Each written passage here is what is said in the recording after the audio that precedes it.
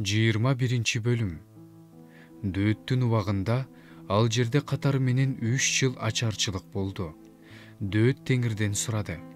Теңир, бул ачарчылык Шабул үчүн жана анын кан ичкич үй бүлөсү үчүн, ал гибондуктарды өлтүргөндүгү үчүн болду деди.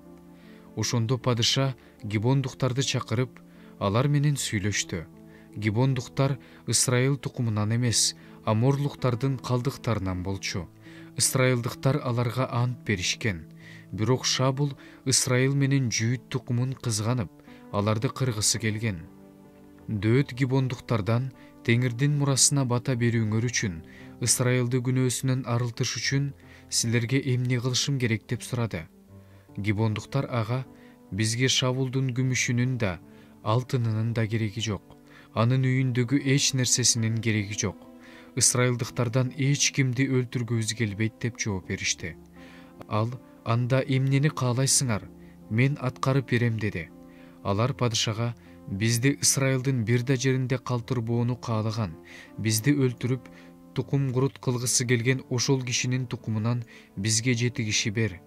Биз аларды Теңирдин алдында, Теңир тандап алган Шабулдун Гиба тоосунда дарга асабыз деп айтышты. Падыша берем деди.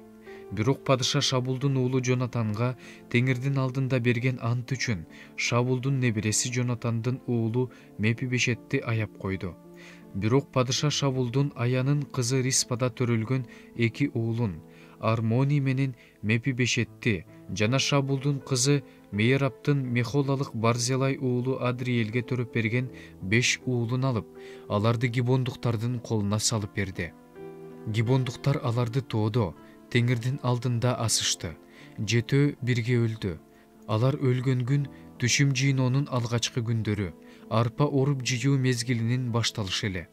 Ошондо аянын кызы Риспа зумбал алып, аны ошол тоодо алдына жайып, орок маалы башталгандан тартып, алардын үстүнө асмандан Кудайдын суулары төгүлгөнчө отурду. Ал аларга күндүз асман куштарын, түнкүсүн талаа жырткычтарын тийгизбеди. Шабулдун күң аялы аянын кызы Риспанын эмне кылганын дөөткө билдиришти. Дөөт Гилаттык Жабештин тургундарына барып, Шабулдун жана анын уулу Жонатандын сөөгүн алды. Жабештин тургундары алардын сөөгүн Бейт Шан аянтынан жашыруун алып кетишкен. Пелиштиликтер Шабулду Гилбояда өлтүрүп, аларды ошол аянтка асып коюшкан. Дөөт ал жерден Шабулдун жана анын уулу Жонатандын сөөгүн алып келди. Дарга асылгандардын сөөгүн жыйнашты. Алар Шабулдун жана анын уулу Жонатандын сөөгүн Бенжемин жеринде Сейлада Шабулдун атасы Киштин мүрзөсүнө коюшту. Падыша кандай буйруса, баарын ошондой жасашты. Ошондон кийин Кудай өлкөгө ырайым кылды. Ысрайыл менен пелиштиликтердин ортосунда кайрадан согуш болду. Дөөт өзүнүн кулдары менен чыгып, пелиштиликтер менен салгылашты. Дөөт алсырады. Ошондо репалыктардын тукумунан жаңы кылыч курчанган Жишпи деген киши Дөөттү сайып өлтүргүсү келди. Анын найзасынын салмагы 300 жес шекел эле. Бирок Дөөткө Серуянын уулу Абышай жардамга келип, пелиштилик кишини сайып өлтүрдү. Ошондо Дөөттүн кишилери мындай деп ант беришти.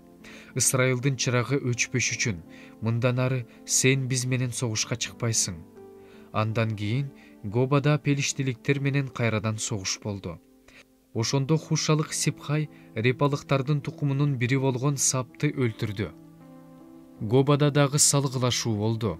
Ал салгылашууда Бетлехемдик Жарей Оргим уулу Элханан токуучу куралдын баканындай найза көтөргөн Гаттык Галиатты өлтүрдү. Гатта дагы салгылашуу болду. Ал салгылашууда колу менен бутунда 6 манжасы бар, бардыгы 24 манжалуу, узун бойлуу репалыктардын тукумунан бир киши бар болчу. Ал ысрайылдыктарды шылдыңдады. Бирок аны Дөөттүн агасы Шимейдин уулу Жонатан өлтүрдү. Бул 4-тө Гаттагы репалыктардын тукумунан эле. Алар Дөөттүн жана анын кулдарынын колунан каза табышты.